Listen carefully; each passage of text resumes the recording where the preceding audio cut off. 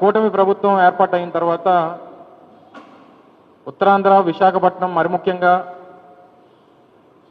ఏమి సాధించింది ఈ ప్రభుత్వంలో అని చెప్పి అనుకుంటే విశాఖపట్నంలో ఉన్నటువంటి విలువైనటువంటి భూములు, విశాఖపట్నంలో నడిబొడ్డున ఉన్నటువంటి రామకృష్ణ బీచ్ దగ్గర ఉన్నటువంటి 13 ఎకరాల భూమిని లూలు మాల్కి, ప్రభుత్వం దగ్గర అత్యంత విలువైనటువంటి భూములు ఉన్నటువంటి కాపులపాడులో 56 ఎకరాల భూమిని ఊరు పేరు లేనటువంటి సంస్థకి, కనీసం అనుభవం లేనటువంటి సంస్థకి కేవలం 2 మాసాల ముందే రిజిస్టర్ అయినటువంటి సంస్థకి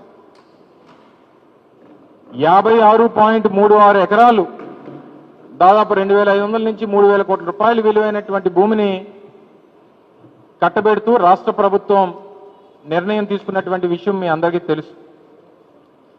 దాదాపు 4-5 రోజులుగా రాష్ట్ర వ్యాప్తంగా దేశవ్యాప్తంగా పెద్ద ఎత్తున చర్చ జరుగుతూ ఉంది.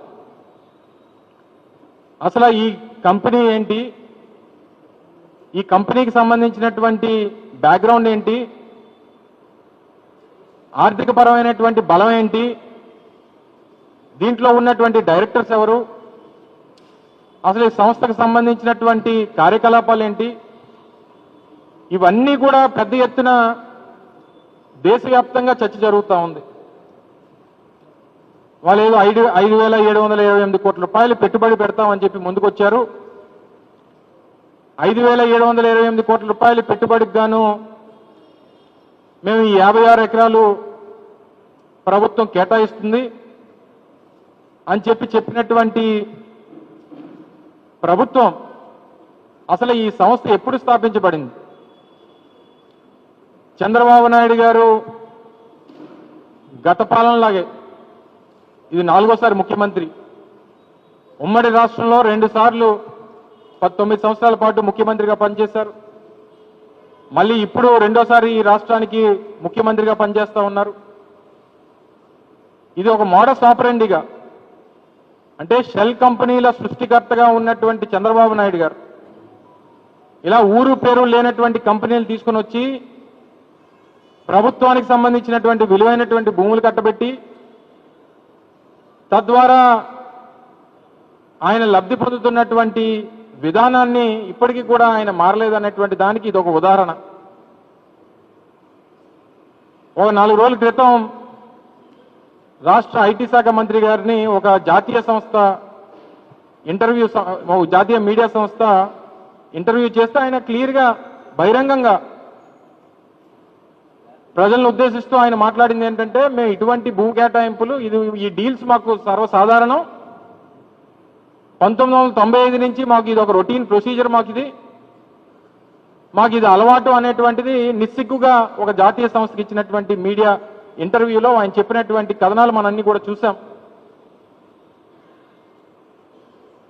ఫిబ్రవరి 12వ తారీఖు 2025వ సంవత్సరం, అంటే ఇదే సంవత్సరం ఫిబ్రవరి 12వ తారీఖున మినిస్ట్రీ ఆఫ్ కార్పొరేట్ అఫైర్స్ ఒక కంపెనీని రిజిస్టర్ చేసి, ఆ రిజిస్టర్ చేసినటువంటి కంపెనీ ఏదైతే మినిస్ట్రీ ఆఫ్ కార్పొరేట్ అఫైర్స్ లో ఉర్సా క్లస్టర్స్ ప్రైవేట్ లిమిటెడ్ పేరిట 12వ తారీఖు ఫిబ్రవరి రిజిస్టర్ చేసినటువంటి కంపెనీ ఇది. దీనికి భూ కేటాయింపులు మన ఏప్రిల్ 2వ వారంలో భూ కేటాయింపులు 56 ఎకరాలు చేశారు. అంటే కేవలం 2 మాసాలు అనుభవం ఉన్నటువంటి ఒక సంస్థకు తీసుకొని వచ్చి విశాఖపట్నంలో వేల కోట్ల రూపాయలు విలువైనటువంటి భూమిని తీసుకొని వచ్చి దారాదత్తం చేస్తే దీని మీద పెద్ద ఎత్తున దేశవ్యాప్తంగా రాష్ట్ర వ్యాప్తంగా చర్చ జరుగుతూ ఉంటే ఇప్పటికీ కూడా ప్రభుత్వం ఎందుకు స్పందించట్లేదు, ఎందుకు సమాధానం చెప్పట్లేదు, దీని వెనకాతల ఎవరున్నారు, లేదా మౌనం అంగీకారంగా భావించమంటారా రాష్ట్ర ప్రజల్ని అని చెప్పి ఈ సందర్భంగా కోరుతా ఉన్నా. అంటే ఈరోజు ప్రతిపక్షంగా మేము చేసి చూపిస్తున్నటువంటి ఆధారాలు, అనేక మీడియా సంస్థలు చూపిస్తున్నటువంటి కథనాలు, ఇందులో మరి ముఖ్యంగా ప్రముఖంగా వైర్ అనేటువంటి సంస్థ ఒక మ్యాగజైన్ ఏదైతే డిజిటల్ మ్యాగజైన్ ఉందో చాలా పెద్ద ఎత్తున దీని మీద కసరత్తు చేసి ఒక ఇన్వెస్టిగేటివ్ జర్నలిజం ఈ సంస్థకు సంబంధించినటువంటి చేసి పూర్తిగా ఆధారాలతో సహా అన్ని కూడా దేశం ముందు పెట్టింది. నేరుగా ఈ రాష్ట్ర ముఖ్యమంత్రిని ప్రశ్నించింది. దీనికి తగ్గ సమాధానం చెప్పమని చెప్పి కోరుతా ఉంది. సరే, రాష్ట్రంలో మిగిలినటువంటి కొన్ని మీడియా ఛానల్స్ ఎల్లో మీడియా ఏదైతే ఉందో దీనికి వాళ్ళకి కనబడదు, వినబడదు. మిగిలినటువంటి ఛానల్స్ ఏమన్నా చూపిస్తే వీళ్ళు వైఎస్ఆర్ కాంగ్రెస్ పార్టీకి సంబంధించినటువంటి ఛానల్స్ అన్ని వాళ్ళ మీద ముద్ర వేస్తారు.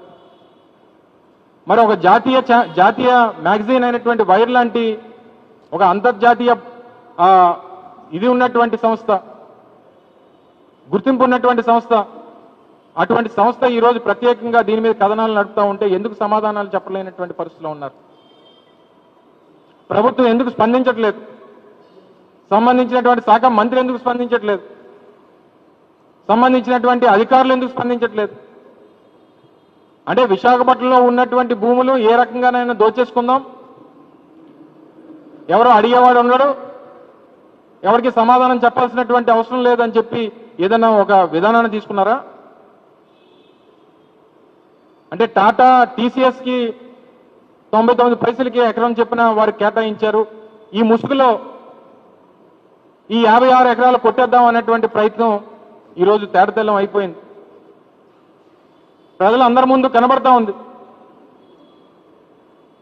గతంలో అనేక సంస్థలకి ఐఎంజీ భారత అనేటువంటి ఒక సంస్థకి అప్పుడు కూడా చంద్రబాబు నాయుడు గారు ముఖ్యమంత్రిగా బిల్లిరావు అనేటువంటి వ్యక్తి మీ అందరికీ తెలుసు. ఇలాగే ఊరు పేరు లేనటువంటి సంస్థ తీసుకొచ్చి 400 ఎకరాలు కేటాయించాలనేటువంటి ప్రయత్నం చేసి ఆ రోజు పెద్ద ఎత్తున పోరాటాలు జరిగితే తర్వాత దాన్ని క్యాన్సిల్ చేసేటువంటి పరిస్థితి వచ్చింది. అంటే ఇటువంటి షెల్ కంపెనీల్ని ఫ్లోట్ చేసి ప్రభుత్వం ద్వారా భూములు కేటాయింపు చేసుకొని తద్వారా కిక్ బ్యాక్స్ అందుకొని ఈ రకమైనటువంటి అవినీతికి పాల్పడేటువంటి పరిస్థితులు ఈరోజు రాష్ట్రంలో కనబడతా ఉన్నాయి. ప్రభుత్వం దీని మీద సమాధానం చెప్పాలి, స్పందించాలి, ప్రజలకు ఉన్నటువంటి అనుమానాలను నివృత్తి చేయాలి. ఇందులో అడ్డంగా దొరికిపోయినటువంటి తెలుగుదేశం పార్టీ, వారితో పాటు ఉన్నటువంటి కూటమి పార్టీలు వారితో జతకట్టాయా, లేకపోతే వాటాలు పంచుకున్నాయా, లేకపోతే తెలిసినా తెలియనట్టు ఊరుకున్నాయా, వీటన్నిటి మీద సమాధానం చెప్పాలని చెప్పి ఈరోజు వైఎస్ఆర్ కాంగ్రెస్ పార్టీ డిమాండ్ చేస్తూ ఉంది. కేవలం రెగ్యులేటరీ పర్మిషన్స్ కోసం ఏదో హైదరాబాద్లో ఒక అపార్ట్మెంట్ని అద్దెకి తీసుకొని లేదా వారికి సంబంధించినటువంటి చుట్టాలు వాళ్ళ రిలేషన్స్ ఎవరైతే ఉన్నారో వారి ఇల్లుని వారి అడ్రస్ కింద చూపించి శేర్లింగంపల్లిలో ఉన్నటువంటి ఒక అపార్ట్మెంట్లో ఈ ఆఫీస్ ద్వారా 5,000 కోట్ల రూపాయలు పెట్టుబడులు అంటున్నారు. ఇప్పటి వరకు పోనీ ఈ సంస్థ ఈ ఉర్సా క్లస్టర్స్ అనేటువంటి సంస్థకి ఇప్పటి వరకు ఏదన్నా ఎంప్లాయీస్ ఉన్నారా దీని మీద అంటే ఒక్క ఎంప్లాయీ కూడా లేడు. పోనీ దీన్ని స్థాపించినటువంటి ఇద్దరు డైరెక్టర్స్ ఎవరైతే ఉన్నారో ఇద్దరు కూడా ఎన్ఆర్ఐస్. ఆ ఇద్దరు ఎన్ఆర్ఐస్ కూడా వారి గతంలో ఇటువంటి ప్రాజెక్టులు చేసినటువంటి అనుభవం లేదు. డేటా సెంటర్ని ఎస్టాబ్లిష్ చేస్తామని చెప్పి ఏదైతే వారు ముందుకు వచ్చారో గతంలో వారు ఏదైనా 50 కోట్లు 100 కోట్లు ఒక 500 కోట్ల రూపాయలు ప్రాజెక్ట్ చేసినటువంటి అనుభవం ఉందంటే అది లేదు. మరి ఏ ప్రాతిపదికన వీళ్ళకి 56 ఎకరాలు ఒక డేటా సెంటర్ ఎస్టాబ్లిష్ చేస్తామని చెప్పి ముందుకు వస్తే ఏ ప్రాతిపదికన ప్రభుత్వం ఇచ్చిందో అనేటువంటి దానికి సమాధానం చెప్పాలి. ముఖ్యంగా ఒక ప్రొసీజర్, ఎందుకంటే గతంలో నేను కూడా ఇండస్ట్రీస్కి ఐటీకి మంత్రిగా పనిచేస్తా. రాష్ట్రంలో ప్రభుత్వం ఏదైనా భూములు కేటాయించేటువంటి క్రమంలో ఒక సంస్థ ఏదైనా ప్రభుత్వం దగ్గరికి వచ్చి ఒక ప్రపోజల్ పట్టుకొచ్చినప్పుడు ఆ ప్రపోజల్ని సంబంధించినటువంటి శాఖ అధికారులు, ఇండస్ట్రీస్ డిపార్ట్మెంట్ అయితే డైరెక్టర్ ఇండస్ట్రీస్, ప్రిన్సిపల్ సెక్రటరీ, లేదా మా ఏపీఐసికి ఉన్నటువంటి కమిషనరో లేకపోతే ఎండిఓ, ఏపీఐసి ఎండిఓ వీరందరూ కూడా దాని మీద వెట్టింగ్ చేసి ప్రపోజల్స్ అనేటువంటి పెడతారు. అలాగే ఐటీ డిపార్ట్మెంట్కి సంబంధించినటువంటి సెక్రటరీ, ఐటీ సెక్రటరీ కానీ లేదా అందులో ఉన్నటువంటి డైరెక్టర్స్ కానీ వాళ్ళు వెట్టింగ్ చేసి వాళ్ళు ప్రపోజల్స్ ప్రభుత్వం మీద తీసుకొని వస్తారు. తరువాత ఎస్ఐపిసి అనేటువంటి స్టేట్ ఇన్వెస్ట్మెంట్ ప్రమోషన్ కమిటీ అనేటువంటి ఒక కమిటీ, డైరెక్టర్ ఇండస్ట్రీస్ దాని కన్వీనర్గా ఉంటారు, చీఫ్ సెక్రటరీ దాన్ని హెడ్ చేస్తారు. దాదాపు 10-12 మంది సీనియర్ ఐఏఎస్ అధికారులు ఆ కమిటీలో ఉంటారు. సహజంగా కమిటీలో వచ్చినటువంటి ప్రపోజల్స్ అన్నింటినీ కూడా అందులో చర్చించి వచ్చినటువంటి ప్రపోజల్స్ అన్నింటినీ కూడా తర్వాత స్థాయి మీటింగ్కి, అంటే SIPB, state level investment promotion board, దీన్ని హెడ్ చేసేటువంటిది ముఖ్యమంత్రి గారు. ముఖ్యమంత్రి గారి కింద సంబంధించినటువంటి శాఖ మంత్రులు ఒక 7-8 మంది మంత్రులు ఉంటారు కమిటీలో. ఇండస్ట్రీస్ మినిస్టర్ ఉంటారు, ఐటీ మినిస్టర్ ఉంటారు, టూరిజం ఉంటారు, రెవెన్యూ ఉంటారు. ఇలాగా ఒక 7-8 మంది మంత్రులు ఉంటారు. వారితో పాటు senior principal secretary different departments, ఈ కన్సర్న్ డిపార్ట్మెంట్ సంబంధించినటువంటి ప్రిన్సిపల్ సెక్రటరీలు అందరూ కూడా కమిటీలో ఉంటారు. ఆశ్చర్యకరం ఏంటంటే ఈ ఉర్సా క్లస్టర్స్ అనేటువంటి సంస్థ 2 నెలల క్రితం స్థాపించబడినటువంటి సంస్థకి ఈ ఎస్ఐపిసి క్లియరెన్స్ ఇచ్చింది, ముఖ్యమంత్రి గారి అధ్యక్షతన ఉన్నటువంటి ఎస్ఐబిబి క్లియరెన్స్ ఇచ్చింది. ఇవి 2 అయిపోయిన తర్వాత కేబినెట్ సమావేశంకి వస్తే కేబినెట్ కూడా క్లియరెన్స్ ఇచ్చింది. అంటే ముఖ్యమంత్రి గారు, సంబంధించినటువంటి శాఖ మంత్రి లోకేష్ గారు, వీరందరి ప్రోద్బలం లేకుండా, వీరందరి తాలూకా హస్తం లేకుండా ఇది జరిగిందా అని చెప్పి ఎవరైనా నమ్ముతారా అని చెప్పి సందర్భంగా అడుగుతా ఉన్నా. ఒకవేళ మీ ఎస్ఐపిసి, ఎస్ఐపిబి, కేబినెట్ దీన్ని సమర్థిస్తే దీన్ని తక్షణమే సమాధానం చెప్పాలి. ఎందుకు సమర్థించారు, ఏ బేసిస్ మీద ఆ కంపెనీకి ఎంత భూమి ఇవ్వాలని చెప్పి నిర్ణయం తీసుకున్నారు? ఇందులో ఉన్నటువంటి డైరెక్టర్లు ఇద్దరు కూడా 2 ప్రైవేట్ కంపెనీల్లో అమెరికాలో పనిచేస్తున్నారు. మరి పనిచేస్తున్నటువంటి ఇద్దరు 5,000 కోట్ల రూపాయలు పెట్టుబడులు తీసుకొస్తారని చెప్పి ఎలా నమ్మారు? గత అనుభవం లేకుండా ఏ రకంగా మీరు ఈ భూములు కేటాయింపు చేశారు? వీటన్నిటి కూడా ప్రభుత్వంలో ఉన్నటువంటి పెద్దలు సమాధానం చెప్పాలని చెప్పి కోరుతా ఉన్నా. సహజంగా ప్రభుత్వానికి వచ్చిన వెంటనే సపోజ్ మీరో నేనో ఎవరొకరు ఒక కంపెనీ పెట్టి ప్రభుత్వం దగ్గర 10 ఎకరాల భూమో, 5 ఎకరాల భూమో, ఎకరం భూమో అడిగినప్పుడు సహజంగా అడిగేటువంటి ప్రశ్నలు, నీ కంపెనీ బ్యాక్గ్రౌండ్ ఏంటి, గతంలో చేసినటువంటి కార్యకలాపాలు ఏంటి, ఎంతమంది ఎంప్లాయీస్ ఉన్నారు, ఎంతమందికి నువ్వు ఎంప్లాయ్మెంట్ క్రియేట్ చేయబోతున్నావు, ఎప్పటిలోగా ఇన్వెస్ట్మెంట్ పెట్టబోతున్నావు, ఎంత పెట్టబోతున్నావు, ఇవన్నీ కూడా సహజంగా ఒక చెక్ లిస్ట్ అనేటువంటిది ఉంటుంది. మరి ఇవన్నీ చెక్ చేశారా లేదా పెదబాబు చిన్నబాబు చెప్పారని చెప్పి భూములు ఇచ్చేశారా, లేదా ఇదేదన్నా కొత్త స్కీమ్ ఏదన్నా మీరు ఈ రాష్ట్రంలో పెట్టుంటే అందరికీ చెప్పండి. పూర్ టు రిచ్ అనేటువంటి ఒక స్కీము మీరు ఎన్నికల ముందు చెప్పారు కదా. అంటే ఏమీ లేనివాడిని గొప్పవాడిని చేస్తానని చెప్పి మీ ఎన్నికల హామీ ఏదైతే ఉందో ఆ హామీలో భాగంగా ఇటువంటిది ఏదైనా ఉంటే అది మీకు కావాల్సిన వాళ్ళకే కాదు, అందరికీ చెప్పండి. రాష్ట్రంలో ఉన్నటువంటి పేదవాళ్ళు ఉన్నారు, మధ్యతరగతి వారు ఉన్నారు, ఉద్యోగ అవకాశాల కోసం ఎదురు చూస్తున్నటువంటి వారు ఉన్నారు, వీరందరూ కూడా ఉన్నారు. వాళ్ళని కూడా పూర్ టు రిచ్ పథకం కింద ఇటువంటివి ఏమైనా ఇస్తున్నారంటే చెప్పండి. పాపం వాళ్ళు కూడా ఏదన్నా ఇటువంటి భూ కేటాయింపుల కోసం వాళ్ళు కూడా అప్లై చేసుకుంటారు. లేదా మొన్న లూలు మాల్కి ఇచ్చినట్టు ఓ 1,500 కోట్ల రూపాయల భూమిని మీకు ఇస్తాం, ఒక 500 కోట్ల రూపాయలు పెట్టి ఒక మాల్ కట్టండి అంటే ఎవరైనా కడతారు.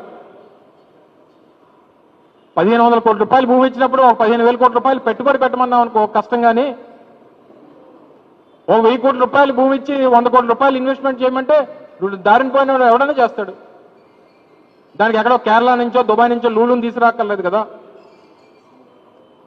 అది కూడా అత్యంత అభివృద్ధి చెందినటువంటి ప్రాంతం విశాఖపట్నంలో. నాకు తెలిసి బహుశా రాష్ట్ర ప్రభుత్వం దగ్గర ఉన్నటువంటి అత్యంత విలువైనటువంటి భూమి. రామకృష్ణ బీచ్ దగ్గర ఎకరం 100 కోట్ల రూపాయలు పైమాట. అలాంటి దగ్గర 13 ఎకరాలు ఇచ్చి ఒక 500 కోట్లు 600 కోట్ల రూపాయలు పెట్టి లూలు మాల్ కడతామని అంటే 1,500 కోట్ల రూపాయలు భూమి ఇచ్చారు. 2 నెలల క్రితం స్థాపించినటువంటి కంపెనీకి 2,500 కోట్ల రూపాయలు విలువైనటువంటి భూమి కాపులపాడులో ఇచ్చారు. మీరు విశాఖపట్నాన్ని ఆర్థిక రాజధాని చేద్దాం అన్నటువంటి ఆలోచన, లేకపోతే మీ అవినీతికి రాజధాని చేద్దాం అన్నటువంటి ఆలోచన ప్రజలకు సమాధానం చెప్పాలి. దీని మీద అనేక మంది అనేక ప్రశ్నలు వేశారు.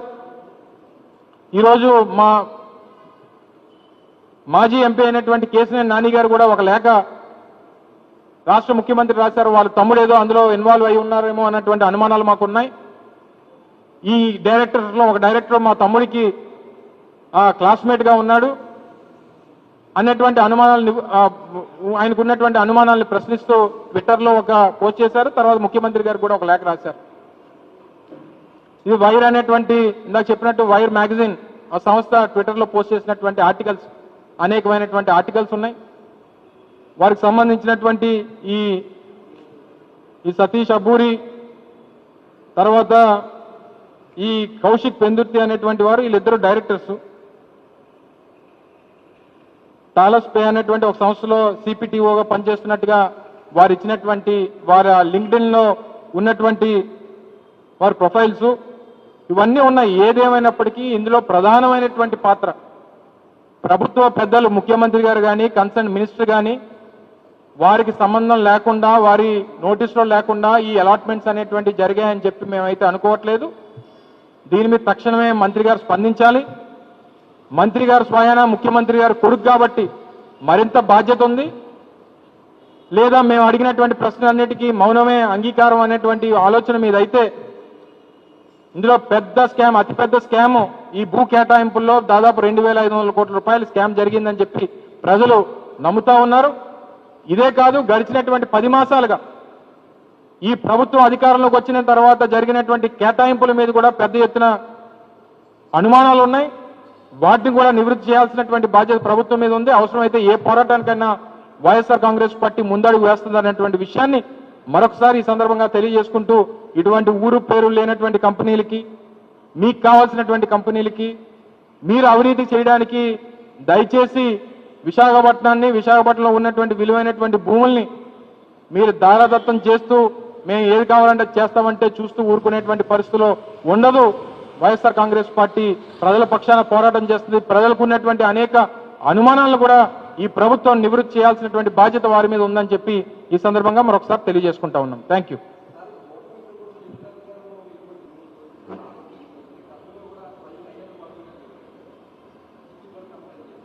ఇది నేను చెప్పింది కాదండి, స్వయంగా ముఖ్యమంత్రి గారి కొడుకు నారా లోకేష్ గారు ఇందాక నేను కోట్ చేసినట్టుగా సిఎన్బిసికి ఇచ్చినటువంటి ఇంటర్వ్యూలో ఇది మా రొటీన్ ప్రాసెస్, ఇది మేము ఈ రకంగానే చేస్తాం, మా తండ్రి గారికి 95 నుంచి ఇది అలవాటు, ఇది మా పాలసీ, ఇది మా విధానం, మా పార్టీ, మా ప్రభుత్వం తాలూకు విధానం. మీరు ఎవరేమనుకున్నా, మీరు ఏం చేసుకున్నా, ఆ కంపెనీకి వెనకాల బ్యాక్గ్రౌండ్ ఉన్నా లేకపోయినా, పెట్టుబడి పెట్టేటువంటి కంపెనీకి అవకాశం ఉందా లేదా అనేటువంటి చూడడం. ఈ కంపెనీ తాలూకా పెయిడప్ క్యాపిటల్ ఎంతో తెలుసా? అంటే ఇప్పటి వరకు ఆ కంపెనీ పేరు మీద ఉన్నటువంటి క్యాపిటల్ ఇన్వెస్ట్మెంట్ 10 లక్షల రూపాయలు, కేవలం 10 లక్షల రూపాయలు. వీరు పెడతానన్నటువంటి పెట్టుబడి ఎంతో తెలుసా? 5,728 కోట్ల రూపాయలు పెట్టుబడి పెడతామని చెప్పొచ్చారు. అంటే ఇలాగ 5 లక్షలు 10 లక్షల రూపాయలు పెట్టుబడి పెడతామని పెట్టుబడి పెట్టి ఒక కంపెనీని ఫ్లోట్ చేసి రేపు 1000 కోట్లో 2000 కోట్లో మా నాయుడు కూడా పెడతానని చెప్పానంటే మరి ఇవ్వాలి కదా ప్రభుత్వం. సో ఇందులో అనేక అనుమానాలు ప్రజలకున్నాయి. ఇది మా విధానం అనేటువంటిది ప్రభుత్వం చెప్తా ఉంది. ప్రభుత్వం ఈ రాష్ట్రంలో ఉన్నటువంటి ప్రభుత్వ ఆస్తులకి, ప్రభుత్వ భూములకి కస్టోడియన్ మాత్రమే తప్ప వాళ్ళ ఓనర్షిప్ కాదు. మాకు నచ్చినటువంటి వాడికి ఎంత కావాలంటే అంతకు ఇస్తాం, ఏమీ ఊరు పేరు లేనివాడికి ఎంతైనా ఇస్తామని అంటే ప్రభుత్వం అది కేవలం కస్టోడియన్ మాత్రమే తప్ప వాళ్ళ ఓనర్షిప్ కాదు అనేటువంటి విషయాన్ని వారు గమనించాలి. ఇది ఈ పద్ధతి గతంలో గత ప్రభుత్వాల్లో ఏదైతే చంద్రబాబు నాయుడు గారు గతంలో 3 సార్లు ముఖ్యమంత్రిగా, ఇది 4వ సారి ముఖ్యమంత్రిగా అనేక కేటాయింపులు ఇటువంటి వాటికి చేసి ఏ రకంగా అడ్డంగా దొరికిపోయారో చూసాం. ఇప్పటికైనా ఇది మానుకోకపోతే ఇది చాలా పెద్ద స్కామ్. ఇది దాదాపు 2,500 కోట్ల రూపాయలు ఒక్క కంపెనీకే, ఊరు పేరు లేనటువంటి ఈ కంపెనీకి ఇచ్చారంటే గత 10 నెలల్లో ఎన్ని కంపెనీలకు ఇచ్చారనేటువంటిది ఒకసారి ఈ అనుమానాలన్నింటినీ కూడా మేము కూడా దీని మీద పెద్ద ఎత్తున వచ్చినటువంటి అలాట్మెంట్స్ వీటి మీద కూడా మేము పెద్ద ఎత్తున చర్చ చేస్తాం. అన్నిటి కూడా బయట తీసేటువంటి ప్రయత్నం కూడా వైఎస్ఆర్ కాంగ్రెస్ పార్టీ చేస్తుంది. Thank you.